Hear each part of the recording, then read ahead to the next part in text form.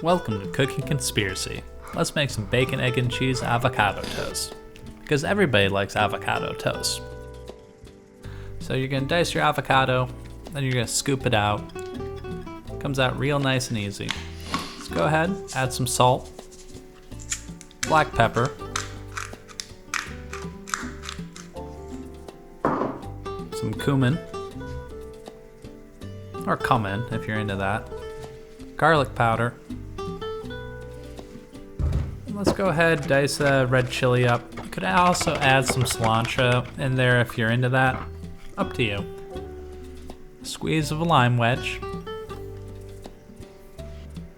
About a teaspoon of olive oil there. Now just take a fork. This is nice and ripe, so just mashy and you'll be good to go. To the consistency that you want. Throw some bacon in the pan. About 2 strips is all you need. I know that's 6, but I chopped it up. You're gonna drain it on a paper towel. Get some of the grease off here. And give them a quick chop. Set it aside.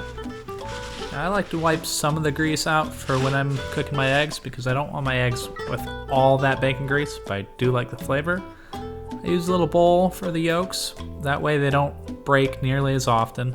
Season with salt, pepper, and we're gonna baste it.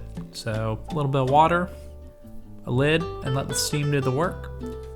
Make sure we have a good on-time pull-out, as always. Assemble, spread your avocado or guac, whatever you want to call it. Top with your eggs. Make it rain bacon.